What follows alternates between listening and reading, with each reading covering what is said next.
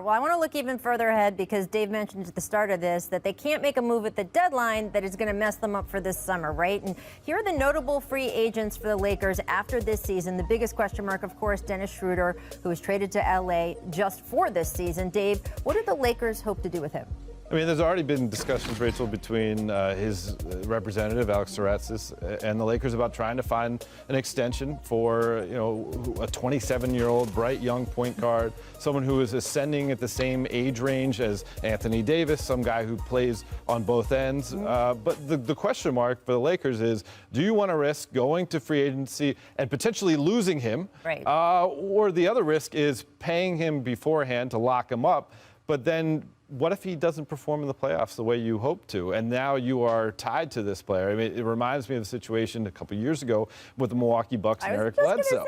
Bledsoe, it was good for Milwaukee in terms of getting him at a market value that was perceived lower than what he could have gotten if he went to free agency. But then he didn't have a strong postseason, and he is no longer a Buck. That could be the worst case scenario for the Lakers if they do go forward. But, all things considered, Brian Windhorst wrote a really good story a couple weeks ago about what the Lakers' salary cap situation could look like with luxury tax. If they can get a discount on Schröder by signing him now versus having him taste the waters in free agency, that could be the best bet when it comes to the wallet. Yeah, to me, there's a distinction between Dennis Schröder and Eric Bledsoe. Dennis Schröder's been in the playoffs a lot, and he's not showing any of that sort of volatility. Like, he's the same guy in the playoffs he is in the regular season, which is a good, solid player. I don't think you have to worry about him underperforming in the playoffs.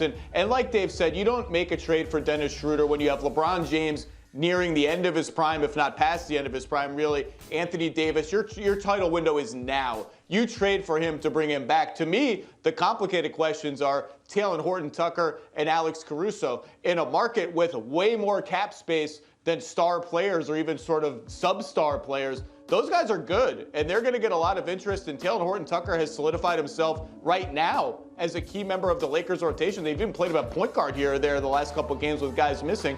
I think those guys, when you look at their tax situation, and look, no one's going to cry for the Buss family about the tax bill and all that, but let's be realistic. If they have to pay a lot for Schröder, which they will, I think one of those guys may be on a different team next year. We'll see. I know one thing. Look, they call Dennis Schröder Dennis the Menace for a reason. He is a problem on the court.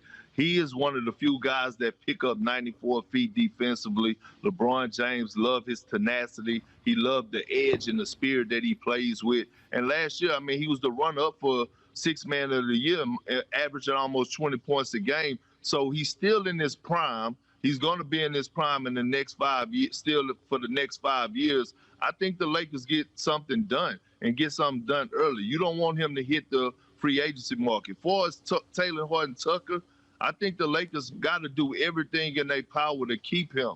I know everyone around the league loves this kid. His ceiling is very, very high. Sadly to say, but Alex Caruso, who is a fan favorite, he's one of my favorite, he's probably going to walk. But you got to do everything in your power, if I'm the Los Angeles Lakers, to lock in Dennis Schröder and keep Talen Horton-Tucker. He's a young stud, and his future is very, very bright. Yeah, Perk, the Lakers love Talen Horton-Tucker. He's a guy who they were basically able to discover in the draft. He never even do a private workout for the Lakers. They bought a pick from the Magic, be able to get him in the second round. Last year, played sparingly. Last night was only his 41st game of his career. He puts up 18 points, 10 assists. Kyle Kuzma said he's probably the second or third best player on our team at driving and getting into the paint, and he has the know-withal to be able to find open shooters, or he can finish with both hands around the rim, the long length, bright, young work ethic, just a guy they love, and they'd love to lock up. Yeah, and look, we didn't talk about that much about the Laker game from last night. Obviously, it turned into a blowout. But just for the people, Dave, what did Kyle Kuzma say happened to him on that technical free throw where he shot an air ball?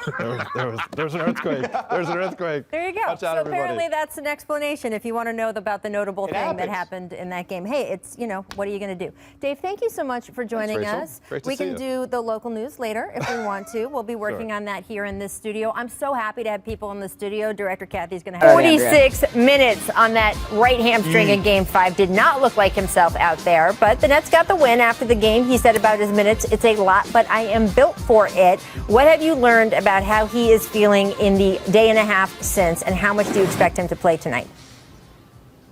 Well, Steve Nash said yesterday that he came through the night, even after carrying that workload, Rachel, feeling good. Now, I don't know if good is relative after playing that many minutes, coming off of some hamstring tightness with that much kinesiology tape on, but that's what Steve Nash said. They've also said that he is available to play. Now, look, Nash also added that he doesn't know which version of James Harden is going to show up here, right? Is he going to potentially look more comfortable because he's experienced what his limitations exactly might be, and there's some comfort level around that? Or is that fatigue from those 46 minutes going to impact his legs? That's what Nash couldn't answer to us, but he's going to play. He's going to give it a go. And if he played 46 minutes in game one, I'm not going to put a limit on him tonight. You know, I kind of look at it as some YMCA 46 minutes. I mean, if you look how James Harden played, which was brilliant by the Nets, I mean, he was basically, going from three-point line to three-point line. Yep. So it wasn't quite the normal 46-minute one would have, sprinting up and down the floor. In a lot of ways, he was a decoy, didn't really shoot great, but he made great plays, and his presence on the floor was amazing. But it reminds me of that old cat named Steve, who's at the Y, and all he does is... Is his name always Steve? It's always Steve. It's always Steve. He goes three-point line to three-point line, but his team always wins, man. Well, here's my question to you, though. Were you surprised the Bucks didn't go at him more? Yes. And try to move him around more defensively? That was shocking. Take him off some screens. I know it was sort of late developing that he was back in that game after he'd been ruled out the day before, but you knew he was playing. I mean, we knew a couple hours before the game, so I assume the Bucks have the internet. A lot of diving to the basket, stuff like that. Yeah, I just was very confused about why they did not try to take advantage of the fact that he was clearly less mobile. I don't know if we're going to see a change tonight, Malika, on the Bucks side of things. They not only had James Harden, who they didn't try to exploit the fact that he wasn't that mobile. They also allowed Kevin Durant to drop 49 on them. So how are they preparing to make things different tonight? Well, I was speaking with some of the members of the Bucks organization last night, Rachel, and I asked them, are you going to attack James Harden more? And they said, yeah, we're going to try. That we don't necessarily want to play him one-on-one all the time. Even this limited capacity, James Harden, they didn't have a lot of chutzpah when I asked them why they wouldn't want to do that. And they told me that, well, perhaps we want to put him in more pick-and-roll situations that we can. What sticks out to me from that game is down the stretch when James Harden has Giannis Antetokounmpo one-on-one, James Harden waves off the help defender, takes Giannis one-on-one, and Giannis takes a fadeaway shot, right? Well, so those are the things that they've been buckling down in film, right? Those are the things that they've been buckling down on in film, I've been told, over the last several hours, trying to look at that, trying to make those adjustments. But we also know, right, Rachel and Mark, that Mike Budenholzer isn't a huge fan of adjustments when he doesn't believe they have to make them. And this Bucks team believes that, look, it required Kevin Durant going off for 49 points to beat us. We don't expect that, or Jeff Green to go have 27 points again tonight. That's what they're expecting. Boy, no, KD, I think when he sees Giannis on the other end, I know he has LeBron on this level, but he sees Giannis as one of the few people that are trying to take his perch. So to me, I know when he sees Giannis, man, he takes his game up to a different level. He wanted to keep LeBron down. Well, here, I want to get to the matchup between them because, first of all, Malika, that's excellent reporting of what Milwaukee is saying. Yeah. Counting on Kevin Durant not to be good doesn't seem like the best strategy to me, but hey, I do want to get to a quick soundbite from Giannis, who answered a question about not guarding Kevin Durant for much of that 49-point masterpiece. Here's what he said about guarding him going forward. Take a listen. Sure. I want to take the challenge, and obviously everybody's going to have a chance to guard him, but I would love going to game 6 to be able to guard him, and if coach wants me to do that, I'm ready for that. I would love to go into game 6 with more of a chance to guard him. Do you think that actually is going to happen, Malika? Well, the qualifier at the end there, Rachel, is if that is what Mike Budenholzer asks him to do, right? And so we know that he has success, right, on Kevin Durant when he guards him. In this series alone, he's kept him to 5 of 7 from the field. Over the last 8 seasons, for any defender of the 43 defenders that have guarded him for 50 or more shots, Giannis has kept him to the lowest shooting percentage, right? So we know he's successful. But from what I've been told, don't expect Giannis to open up guarding Kevin Durant. They like Drew Holiday, they like PJ Tucker, they like Chris Middleton on him, and have Giannis be the help defender. I know that's not the sexy answer, but that's what I'm expecting to see, at least to open it up. Yeah, what they like isn't working. Like in 2018, I was at a game at Oracle Arena, and Giannis gave Kevin problems with his length, with his physicality. Yeah. Kevin ended up getting ejected from the game. To me, that's the only time I've ever seen any defender make Kevin work. And I said this yesterday, he's got the length, he's got the athleticism. It's like he's looking at somebody in the same body size in the mirror. That doesn't happen for Durant. Like, at some point, I don't know what the coach's game plan is, but some of these players, I know Chauncey and them used to do this with the Pistons. Like, all right, I know coach said this, but this is what you're doing. Coach can't run on the court and make you do this or that. And I don't expect Kevin to do none less. I think he's going to destroy them if they continue this game plan. Well, we'd like to see decision-making from the Bucks on the court to be better all the way around. Some of the shot selection, obviously talking about those Giannis, again, pride. Doesn't make sense. Doesn't make sense. Go to the hoop. If you have that skill set, do something different, especially early in the shot clock. We will see whether that happens tonight. We're going to switch gears, talking about what's going on in Dallas coming up next. Luka Doncic made his Paul George did last night. You have to go back in time a little. Back before COVID and the bubble, back before the whole streetlights over spotlights thing, before the party in Oklahoma City with Russell Westbrook and Nas, and before Thunder beat writer asked if he'd be willing to take on tough defensive matchups in the playoffs, a question that PG answered with the quote, "Y'all haven't met playoff P yet, have you?" Before all of that, Paul George was a 23-year-old in Indiana who had just won the NBA's Most Improved Player award, had made his first All-Star game, and had led his team to what would be the first of 2 consecutive Eastern Conference finals. This was back in 2013, and PG was doing things like, this. Take a listen.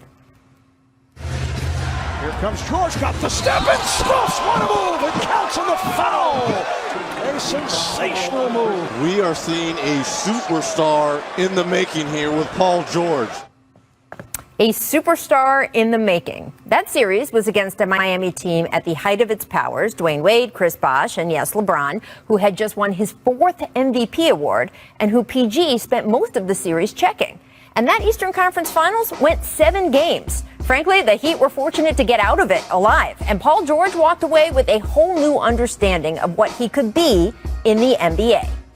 So fast forward to nearly a decade later. Last night, PG was wearing his white Clippers jersey as he walked onto the floor in Utah. But if when you squinted, you saw a tinge of Pacer yellow, nobody could blame you. Paul was aggressive from the start, although so were the Jazz, who clearly smelled blood after learning that Kawhi Leonard's injured knee could keep him out the rest of this series. Utah hit 17 threes in the first half alone. 17 threes in the first half. But the Clippers never seemed rattled. And in the second half, it was PG who started tightening the screws, just as Donovan Mitchell seemed to run out of gas on the other side. Mitchell has been fighting an ankle injury throughout this series, and the more he played last night, the more you could see him struggle to push off or get to the paint or get much lift on his shot. Meanwhile, LA was getting contributions from all over. Marcus Morris was big in the third quarter. He would finish with a playoff career high 25 points. Reggie Jackson had a great fourth quarter doing stuff like that. Just woo! And Terrence Mann climbing the Stifle Tower with a dunk that seemed to rattle the rafters. And through it all, Paul George was there, scoring basket after basket after basket, until he'd finished with 37 points on 12 of 22 shooting, 16 rebounds, 5 assists, and 2 blocks. Afterward, Ty Lue described the way George had put the team on his back. Before shooting, I said, T, I got us. And he said the same thing after the game. He said, man, just thank you for trusting and believing in me, all season long. And I said, man, come on, you serious? Like, he's been phenomenal. I don't know if phenomenal P has the same ring as playoff P, but the win did put the Clippers in control of the series. They can close it out tomorrow night in LA. And just as importantly, it helped PG, who is now top 30 points in 3 consecutive games, take another step clear of the controversy of the past few years, even as fans and, yes, other players have tried to keep him there. Remember when Devin Booker was trash-talking Paul earlier this season? That memory is a little more spicy now that PG and Book are just a game away from facing each other in the Western Conference Finals. Although if the Clippers do get there, and it's still an if, I'm guessing we won't hear as much sniping at George this time. Sometimes to go forward, you have to take a page from your past. And that is exactly what Paul George did in Utah last night. He wasn't just playoff P, he was Pacers P. And that turned out to be exactly what LA needed. So, Mark, do you think Game 5 was a turning point for the Clippers? Oh, definitely. It's putting them in a position that's haunted them for years. Mm-hmm. A chance to go to the conference finals. Yep. They are 0-8 in this position. And playoff P has a chance now to make himself part of a Clippers story that hasn't been told. Mm-hmm. If he could be what we saw yesterday, if he could get them past this point, if he could do it in this building next door to us, he will always be a legend in Clippers people's eyes, and they could say whatever. But if he could get them to this next point, which I think he has the ability to do, there's gonna be some other P nickname they're gonna come up with. Phenomenal P. Apparently, Ty Lue floating last night. You know what I like too? Bill Plashkin, a friend of mine, asked Paul afterwards. He goes, "So is this playoff P?" And Paul, I think we overuse this term, okay? But Paul didn't shut him down or anything like that. He just smiled. He said, "Sure." He didn't make it big. You know why that was big for me though, Rach? He always says too much. That's a problem with him. He's like a real human being, and he's so honest, and he says what he's really feeling, and he's really thinking. Don't we like that? And we love that. But you know what? Sometimes when you say too much, those words come back and they get twisted around on you. And then when you hit the side of the backboard, that's all we say and all we see. Mm-hmm. And you know what? It's something Chauncey Billups has been working with him on, and they've been talking to him a lot as he's coaching him to be, by the way, the real PG point guard. Mm-hmm. Okay, Paul George point guard. He's running the point for them this year. Mm-hmm. And don't say so much. Just keep it calm, keep it grounded. And I think sometimes Paul gives us the quote we want to hear. And last night he did it. Mm-hmm. Last night he was so locked into what he's doing, and it's about what he's doing on the court right there. Mm-hmm. And I've always thought this, and the more I've been watching him, he's great as a one. He's such a nice person that when he gets next to Russell Westbrook as another alpha, when he gets next to Kawhi Leonard, he's another alpha. He's so nice. He defers. He kind of loses himself a little bit. I think he's a great two. He blends with everybody. But when he's a one, as you were talking about in Indiana, he's great. Yeah. And when Kawhi's been out, he's been great. And we don't talk about him defensively. Yeah. I mean, that, by the way, and I noted this at the top of the show, the playoff P thing, the whole reason he even said it was in response to a question about his defense. You can go back and watch the clip. Yeah. The first time he utters playoff P, the thing that got everybody all crazy, the question was, are you the kind of guy, and this was sort of people in Oklahoma City who were new to him, are you the kind of guy who's going to ask to get switched on defensively to the other team's best player? A topic, by the way, that has come up quite a bit in NBA circles this week vis-a-vis Giannis Antetokounmpo and Kevin Durant. We will get to that later in the show. But apparently that is of huge value in the NBA community, and he is the guy who said over and over, yes, I want to do that. And to him, that was playoff. Yeah, that's how I saw him first as a defensive guy. Right. Before he was a great offensive player. Yesterday, he held them to 4th, 13 shooting from the field, caused 2 turnovers. He has the complete package, and I think, that could vault him finally to the conference finals. Mm-hmm. Absolutely. All right, I want to switch gears to the Eastern Conference because, boy, that was a game last night, friends. Sixers blowing a 26-point lead at home in Game 5. In fact, Joel Embiid and Seth Curry, the only Philly players to make field goals in the second half. This loss stings even more after they relinquished an 18-point lead to the Hawks in Game 4. How unlikely was this comeback? Exactly. This graphic is amazing. According to win probability, I know it's hard to see on this screen the way we have it, but the Sixers had a 99% chance to win entering the fourth quarter. With 7 minutes left, it was still 98.6%. Oh, my gosh. Then it starts to go in the other direction, falling to 86 with 3 minutes left, 46 with about a minute left. Minute and a half, and here we go. I mean, that's that chart is incredible. Oh, my right? gosh. And this is the Hawks win probability chart. I know I'm mentioning numbers from the Sixers side, but Ramona, how can the Sixers recover from this loss? Oh, gotta take a breath. Okay. Okay, got to take a breath. And then you need, and this is, I hate saying this because Doc Rivers is such a great coach, okay, and he's such a great leader, but I've seen his teams have this happen to them a couple of times. And I think some of it is Doc is a great leader, and sometimes the guys on the court look to him for leadership and they don't do it themselves. Okay. And when they're out on the court, there's a way that you can settle people down, and it's not just by scoring, okay? Seth, you mentioned this earlier, Seth Curry and Joel were the only people who scored in the second half, okay? One, you look at actually what went wrong. They went to the all-bench lineup, and they put Tobias out there because he's been struggling, and they wanted to get him going. Doesn't work. Nope. Okay, Ben misses a couple free throws. He's got to come out. 4-14 from the line. That's not going to work. Nope. But superstars win NBA championships, and Joel Embiid finished second in the MVP voting this year. He is a great player.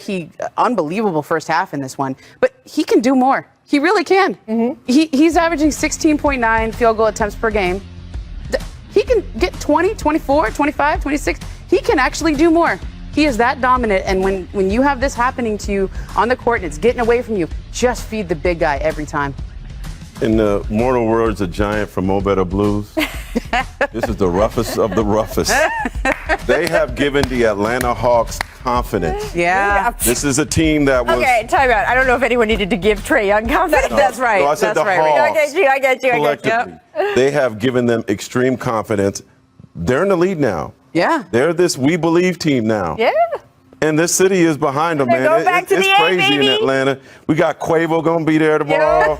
Maybe Andre 3000 shows up with his flute. Yep. You know, Killer Mike. Like, that's going to be a crazy, crazy situation. And that's what I mean by roughest of the roughest. You got Friday. In the summer, too. I remember KG, Kevin Garnett, in 2008. He won't agree with me with this, but the only time I ever saw him rattled by a crowd a little bit was in Atlanta when the Celtics played there. That place, I know people don't give it the respect it deserves, but at this level, it's an intimidating place. So it's the roughest of the roughest for the Sixers going into that house with Yeah. Well, it's you gotta Trae, deal with baby. him there. Mark, you sound like you want to go. I mean, Yeah. You get teleportation. If I could get on Rachel's private jet, I could get there. Call me when you find that private jet. I've never seen it. I will say this about Joel Embiid. To your point, he could be, but the Joel Embiid I saw last night, he was having trouble in that second half doing more. And that is, of course, because of the knee injury. And it's a shame because he's been in such great shape all season. So this is not a fitness issue. But you get tired when you are playing on an injured, hobbled leg. It takes so much more energy the entire game. And we are seeing him wear down a little bit at the end of games. So that's a problem. And the Ben Simmons problem is something that they are going to have to figure out how to solve. It is worth remembering there was an inflection point about a third of the way through this season where Daryl Morey could have made a more Godfather offer than he clearly did to trade Ben Simmons for James Harden. And I don't know what extra little piece it would have taken from what he actually offered to the Houston Rockets. But I do know that at some point you can push yourself over the top if you put enough in. And Daryl Morey certainly knows that of anyone. And I just think, I'm not saying he should have done it. I'm not. I want to make that clear. It is just interesting to remember that as we look back, once we see what happens in this series, because you could have had James Harden not on the Nets, but on your team. So that super team in Brooklyn would not have been as super. And maybe Ben Simmons' trade value, if I'm not looking to trade Ben off of the Sixers, but if that is what the front office decides, if they decide that, his trade value is less. So I agree with you on the point at large. I don't know that it was an issue of the Godfather offer. I think it was more, would Houston even really talk to them seriously? Were they a stalking horse? Were they ever really in there? That's fair. Or they were just there to bid up? Again, though, I want to make this clear. So listen to me, Internet. I am not saying that Philly should trade Ben Simmons. I am saying this is a reality thing that happened in the NBA this year, and it is context for what is going on right now. I'm going to say Miami should have did it. Well, we'll go talk about that, too, in the break. Coming up, Zion Williamson, Slate. And there might be two more jobs on that list. Whoa, Mark. Mark keeps saying this. Just throwing it out there. Sam Van Gundy is out in New Orleans. We'll get to Mark's other not very subtle digs about Milwaukee and Atlanta in a minute. Zion Williamson having his third coach in 3 seasons with the franchise. How do you think this turnover will impact the former #1 pick? You spent a lot of time down there. I hate to see him keep having somebody in his family speak for him. If that's how you feel, say it. If you want So you're out, referring say it. to share with our friends here. It's somebody in his family, according to Athletic, is saying that he's not unhappy. But that's been a thing since Zion was drafted. So just if you gotta say something, he should say it. Now, because it's just bringing him more drama. When everywhere he goes now, do you want to come to New York? Do you want to come to LA? Like it's just adding more drama to Zion. And in New Orleans, they're sensitive to this. Chris Paul departed when the ownership was bad, right? Anthony Davis' dad was unhappy there. Sure. Anthony Davis wanted out. So I know my New Orleans folks now. Same. They're real sensitive to this. So I think it's anytime he want to go get a beignet or some gumbo or some of that real good Popeyes they got there, they're gonna be asking him if he's staying or not, and it's gonna be more than annoying because not him, but because of somebody else. That's a great point, Mark. And I think when you have a player like Zion, you want to win. I mean, he doesn't need to apply any pressure. No. Yeah. He doesn't need to flex. You want to win with Zion Williamson because he's awesome. And like when he came into the league, who would you have thought would make the playoffs first? Him or John Morant? Which franchise do you think would have made the playoffs first in terms of what he walked into, in terms of the situation? And David Griffin wants to get this right, okay? And I thought Stan Van Gundy... he got to. Yeah. He got a summer to get it right for him. Right? And look, Stan Van Gundy did one really good thing for Zion is that he put him as a point guard. Yeah. Played him in that point position. forward, He is point great in that something. spot. Point Zion center. still has to work at the defensive end, so they don't have to hide him on defense. But he is great in this point guard role. They need to find somebody who Zion respects and entrust that person. And I say person because Zion That'd be respects... Teresa Witherspoon. Say it again. Say it loud, What do you people. want? Why ain't she on the carousel? Dude, That's right. Put her on the put carousel. her on the carousel. Team Spoon. Keep going. It's your show. Put her on the carousel. I am just a Order cog that. Order in the, that. In the No, this summer- that is who Zion respects. Yeah, Okay? but this summer is important for the Pelicans. They got to get it right. They got to get the shooting. They got to get the players. They got to get to the playoffs. Right? Teaspoon will be coming. Producer Steve said in my ear, Teaspoon is coming soon on the carousel. We are going to make that happen. And when you say they got to get it right, they got to get the shooting, okay? There are some great shooters out there who are free agents. One of them is named Duncan Robinson from the Miami Heat. He's a restricted free agent, but he could be pried away. Yep, you can So- throw a lot at him. Maybe in a trade. Yeah. Here is something else. You mentioned the other cities, whatever. Zion Williamson is going to be with the New Orleans Pelicans for a long time. They control his contract rights for 3 more years. They're not looking to trade away the great luck that they got in drafting him. And he should want to be in New Orleans for a long time. Yeah. This is a fantastic. I hear Remember saying it all him the on the time. lottery night? Don't have to tell Mr. LSU here. This is one of the premier cities in America. It just is. And it is a franchise that is ready to explode around him the minute they have some playoff success. The people in that market will go nuts. He is already loved. It is already a good fit. There is already the making of a good roster around him. This is not a broken situation in any way, shape, or form, but it does need to be glued together more firmly. And the franchise has a chance to do that this summer. And they all need to get on the same page. If it's the front office, if it's Zion, if it is his family, get on a room, get those beignets. Let's get to work because he. Let's go win it. Let's go. I'm trying to win. Don't care how I do it. Just know that I did it. Suns have swept the Denver Nuggets. The Suns are going to the conference finals. I did it, I did it, I did it. A couple years ago, they was writing me off. We got a great team over there, and it's a lot of fun to be a part of. We're going to keep playing hard. Now we're going to get some rest. Welcome back to The Jump. I'm Rachel Nichols, joined by Mark Spears, Ramona Shelburne. It was all good for the Suns a few days ago as they advanced to their first conference finals in 11 years after sweeping the Nuggets, but things change. They move fast in this league, and yesterday Chris Paul entered the health and safety protocols with no definitive timetable for return.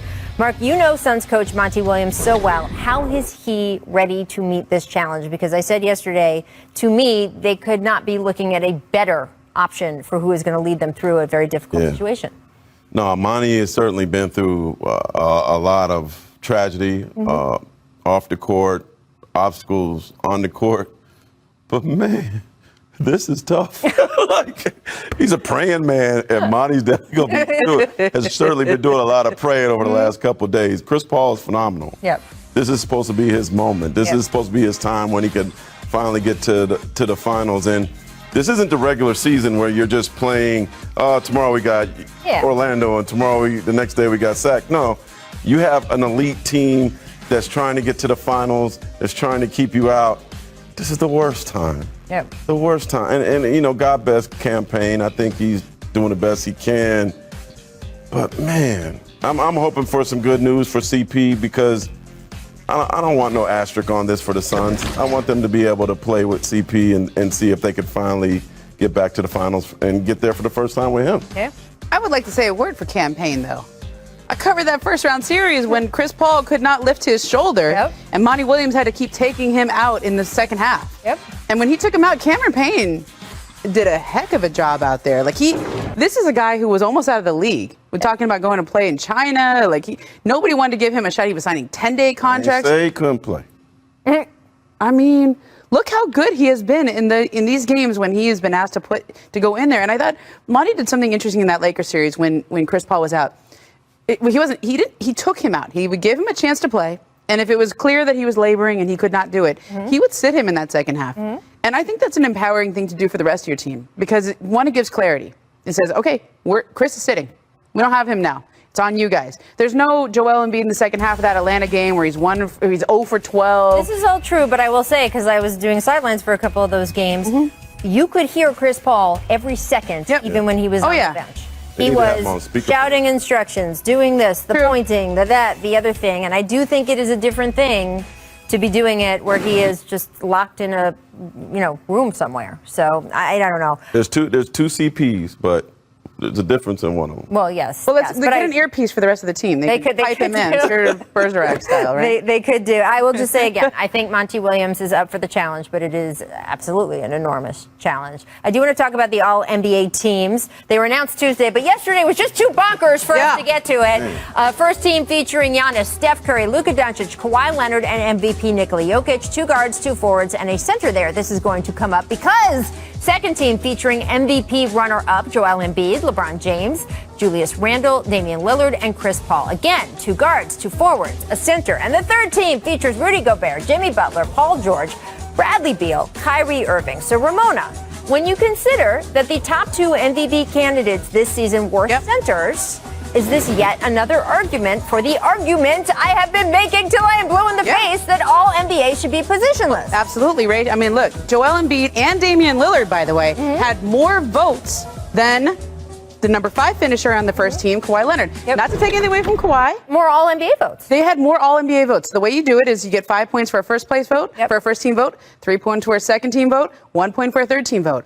Now, Joel Embiid was eligible at both forward and center, so he All-NBA votes. I was one of those. Me too. Okay? Forward position. Forward. You could put him at a forward. However, when the votes were tabulated, they placed them in the category where they got the most votes. So he got the most votes as a center because more people put him as a second team center. Right. Understandable, but you have a situation where you have Kawhi Leonard having less votes than 2 guys who are on the second team.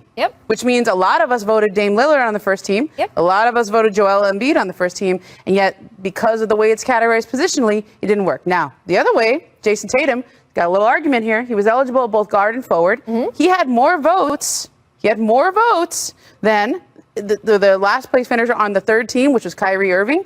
That's a lot of money that cost Jason Tatum. So Jason Tatum had an escalator clause in his contract. If he had made All-NBA, he would have gotten $33 million extra dollars. So that position designation, to Ramona's point, it was because of that. He had the votes, but because of the position designation, he is now out $33 million.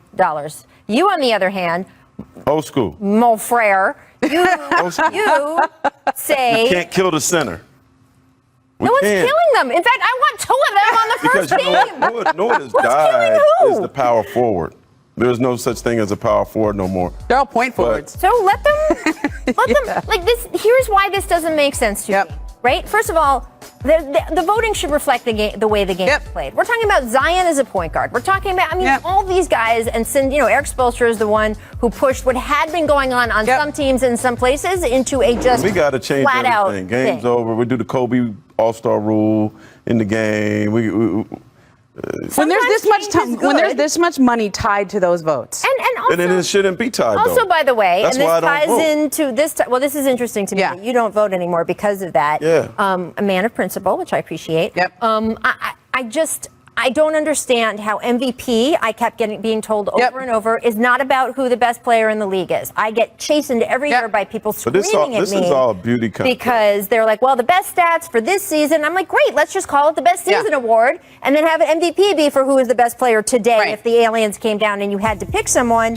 That is not what MVP is apparently for. It's just who had the best stats that season. Coach of the year is supposed to be for something else. Can all NBA just be for here are the 15 best guys this year? And that way we have a historical snapshot of these are them. Here are the 5 best. Here are the next 5 best. Here are the next 5 Rachel, best. when we voted for Joel Embiid on our first team, because we moved him to forward, it kind of messed up your ballot for the third some of the later guys. For the later team, where I got to a choice where I had to find someone to vote for. Because you had to have a center in that spot. And there's not as many people eligible at center. So I didn't feel bad about voting for Bam Adebayo, but I would have rather voted for Russell Westbrook. Okay? Would have rather voted for Russ there. It boxes you into these positional categories so you don't end up with the top 15 players. There is no award for who are the best guys. There's just no award right now. Bill Russell's rolling in his grave right now. But why would you say that about our very present and alive Bill Russell? I'm just being silly. My Lord. I'm looking at you thinking, oh my God. He's going to catch that. Well, I don't know about it. Bill Russell's alive and well. Thank you. I had a little heart palpitation there. Come on, man. Leave the old school centers alone. I am the one trying to put 2 of them on first team All-NBA. The game is positionless in so many ways right now. And again, if we can't use MVP to just recognize, hey, who's the best player this year, and we all know it, and we can't use some of the other awards to do it, how about we do it with All-NBA? Positionless, here are the best 15. Go. I dare you, NBA. Awards reform. Can I still think about it. Be about it. Put as many centers as you want. We put 2. I put 2 on the first team. All right. Team. Ramona has to run to a radio show. She's very busy. We appreciate her time. I am too. But I heard you on the Zoom call at midnight last night. I know. You're multi-platform. She's very famous. All right. Coming up ahead of Game 6 tonight, we got Malika Andrews coming in. She's going to join us to talk about the Bucks preparing for tonight's game, how James Harden is feeling after playing 46 minutes in Game 5. She's in Milwaukee. She has some entrance music. I'm telling you, you're going to want to keep it live. Entrance music? You got music? I'm just saying she has it. That's when you know you made it.